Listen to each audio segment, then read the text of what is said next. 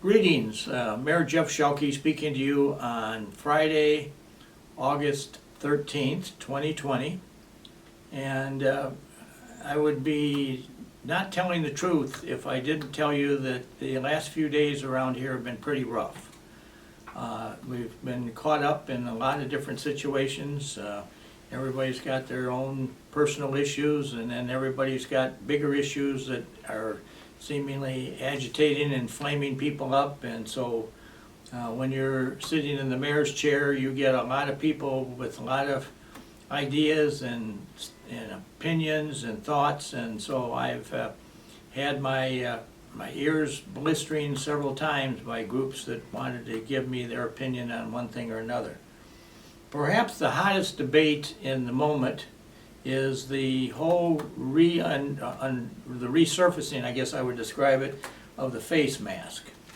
And in the case of Batavia, you know, we've been through the pandemic now for the last year and a half, and we've had pretty good results from it, as far as we didn't have a lot of people being really seriously impacted. We had many people that did have some touch of the pandemic. We got very busy and got the Sam's Club opened up with the great cooperation of the Kane County government. They opened up as a shot location or a vaccine location, and that certainly, I think, helped spend off a lot of potential problems.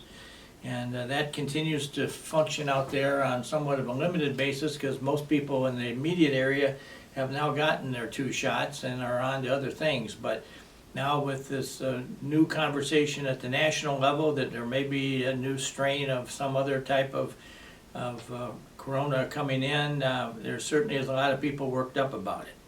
So right at the moment, the state of Illinois has issued some updated, I would describe them not necessarily as much guidelines as encouragements, in which they're asking people to return to wearing the face mask when you're out in public or you're at a big event, or even when you go into a store and you're going to be shopping, that you wear it. Many people are choosing to do that, many are not. And the one thing I guess I wanted to stress today in the call is that the city of Batavia, in enforcing these things, can only go so far, as we have some type of a state law underneath what we're trying to do to enforce whatever those rules are. And the state of Illinois wants us to encourage everyone to wear a mask, but the Illinois General Assembly, for whatever reasons, doesn't want to take specific actions detailing penalties or reasons or who should or who should not. So it's kind of a loosey thing. And so we would be very reluctant to start writing tickets to anybody about any of this pandemic stuff, because there really is not, I think at the end of the day, much of any law underneath it all that supports the city in trying to take real strong actions. I would be the first, though, to encourage those who are going to be out in public, if you would, consider wearing a mask. Some people, you know, wear masks and pull them down below their nose. Some people pull them down on their chin or their neck when they're by themselves, and sometimes you forget to put them back up. So those are all commonalities. I've had my picture taken and shown on the internet in several different versions of me wearing a mask, some that I didn't have a mask on, some that I had it down to my neck, and some that I had it masked fully, and people thought I was trying to hide my identity. So there's no good answer to this, and you have to take, I've always adopted the opinion that what you see in the computer, you have to take it and not let it worry you too much, because there's always somebody else that's going to find some way to illustrate another way that you can make somebody look good or bad. So the whole debate thing continues on. I don't see it going away in the near future. I guess I would encourage everybody to, if you're going to be out and about for any great degree, please mask up and consider those around you as well as yourself.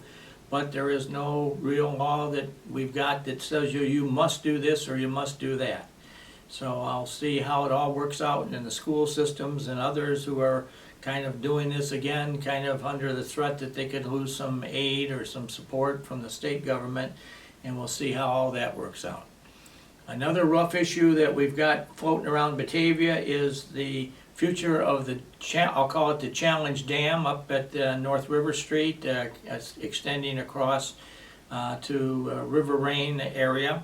The dam basically is broken and is probably unrepairable. The state of Illinois has publicly said that they would like to take it out and remove it once and for all. And so right now the Batavia Park District and the city of Batavia have hired engineering firms, Hitchcock and Design, to come in and give us some alternatives of what we could do to, if in fact that dam gets taken out, how we should kind of redesign the area up there for, you know, the future. And I'm one of the supporters that we keep the depot pond in place in some form or fashion that allows for it largely to be the water scene that it enjoys, because I now have many people who have spent, I literally have combined millions of dollars to live in residences that overlook it. And then there's numerous people that show up in our downtown every day, seemingly, and want to have a picture taken of themselves and their family or whatever in front of the depot pond. And countless times I've seen people standing there because their 80th birthday or their 50th wedding anniversary, or we have wedding parties or pre-prom parties down there for the Batavia High School of 100 kids standing there in their formal attire going to the before they go to the prom. It's really created a wonderful gathering spot for Batavia to have, to enjoy and to understand our relationships to nature and the river. And I just hold that very, very close to my heart as something that should be preserved. And so I'm one that would like to see the water remain there. So that's my position, if anybody wants to know it. Another issue that's out there that I had the opportunity this past week, and I will tell you I was very, very impressed with a lunch I had on Wednesday with State Senator Linda Holmes, who is currently based in the southern part of Aurora. And Senator Holmes had asked to have a meeting and lunch with me because under the new Senate General Assembly redistricting maps that are apparently going to be coming out, at least a good portion of Batavia is now going to be written into Senator Holmes' district. And she was very anxious to hear from me as to some ideas or opinions I had. Before it was over with, I think I gave her about 2.5 hours, or she was kind enough to sit and engage me in conversation for about 2.5 hours about issues before the state. The one thing very strongly that I discerned from my conversation with her is her very strong support that she holds for the Batavia Municipal Electric Utility and the whole issues that surround the Prairie State coal-fired generating plant, of which Batavia, among other cities in Illinois, is a owning member.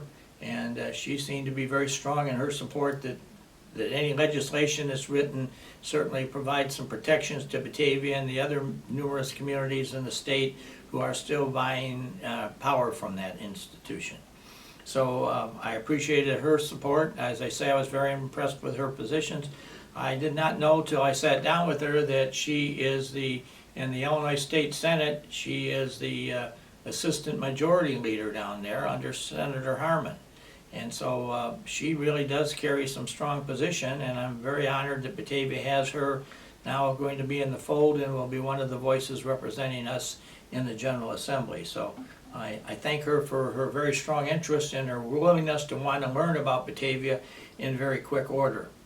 The other thing I wanted to mention is this coming Wednesday, the 18th, will be the start of school in Batavia. So that always generates a couple of things. Number one, it's traffic in the morning, say between about 7 and 8 or 8:30, and then it's traffic in the afternoon starting a little after 2 o'clock. And we'll see how many kids now going to Batavia High School have a car, and I would suggest it's probably the goodly number. And we will be having some backups through downtown at those 2 periods of time as we move everybody between the 6 elementary schools, the middle school, and the high school. And with the middle school on the east side and the high school on the west side and 3 elementaries on both sides, we got a lot of movement of traffic in this town thanks to the moving of cars. So another area that I'm getting a lot of questions about is the future of the intersection at Fabian Parkway and Batavia Avenue, there to the corner where the Homestead is on the southwest corner and Campana is on the northwest corner. And the King County Division of Transportation is the organization that is in charge of basically that project of kind of reconfiguring that intersection. along with the Illinois Department of Transportation, who controls Illinois Route 31. So I will share with you that the city has met several times with those folks, and I'm impressed by a very competent group of folks who really seem to have their heads on straight, and we're trying to come up with some redesigns of that intersection, which will probably kind of turn it around a bit and get the curve nature that has to be taking place as you come west over the bridge and want to turn south on Batavia Avenue. You're turning yourself in a curve, basically, which causes, been a reason for a number of bad accidents at that location. And so I'm told that the actual work on that may be still a couple years away, but the engineering and the plans and some right-of-way acquisition is starting to take place so that the Kane County and the Illinois Department of Transportation can take that on and correct that problem. So Batavia as a community has got a lot of moving parts to it right now. We have very strong things happening in our downtown.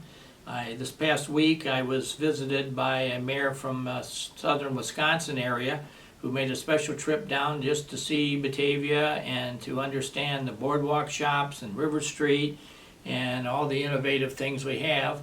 One thing that all the visitors that come in from the political world to look at Batavia, it seems like a compliment that comes from almost every one of them is the flowering vases and pots that we have hanging on the downtown light poles. And that seems to be a highlight of many people's view of downtown Batavia, that we do that along with the number of new specialty stores that we have now coming into our community. And I spent a good number of minutes in the last few weeks here cutting ribbons at a number of neat places that are putting themselves onto the Batavia landscape. So thanks to the good efforts of Batavia Main Street and the Batavia Chamber of Commerce, we have two very loud voices. Along with the city's development department, we have got some new staff there that I think is going to quickly become accustomed to jumping in and helping promote Batavia. So we're in a very strong position in that regard. So as I look at the community as a whole, I'm very happy with trends I see happening. I think really the true blessing of Batavia, however, remains the spark and the spirit and the view and the sensitivities that we have within our community and the people who live here. And lastly, I'd just like to offer a community comment about what are the ingredients that really make Batavia a very special place on the face of this earth. And one of my very favorite mementos I have in my office is a heart-shaped, I guess it's carved out of rock. It says Batavia, and behind it is a red, white, and blue sketch of the state of Illinois in flag colors. And I like this because I think it illustrates to a large degree what is the key ingredient that makes Batavia a wonderful place, and that's the senses of love and appreciation and feelings of goodwill and wishes of hope and future plans and things that will make Batavia even a greater and grander place than it is now. And I think if there's an ingredient that all of us should kind of live by and look to, it's the sense of love that we have in our town and in our hearts, because it makes us, a little bit different than a lot of other places on this earth where there's a lot of fighting and screaming and howling. And yes, we have a lot of disagreements, as I've already mentioned, but we also have a great ability to kind of come together and get past our differences and really find what's in our hearts and minds that really make us feel happy and wanted and appreciated, and understand that Batavia is the place where those messages can be shared and spent and shared and put out for all the world to see. And so I thank all those today in our community who step forward and make Batavia illustrate on a day-to-day, moment-by-moment being that we are a very, very, very unique space on the planet Earth, and that we do have our hearts and minds in the right place, and that we hope that the days ahead will give all of us the ability to enhance our loves and friendships and appreciations and our communications with each other, and know that at the end of the day we're only here to do what is going to make people happy and people appreciated, and know that one of the greatest aspects you can find is to have people around you that support you and that you support, and that all that ingredient is what really makes Batavia a very, very wondrous place to raise families, to live in, and to be very proud to call your home. So with that, I'm going to end, and I wish you all good for the coming week, and I look forward to hopefully having a kinder, more gentler, friendlier atmosphere as we move forward into next week. Have a great time.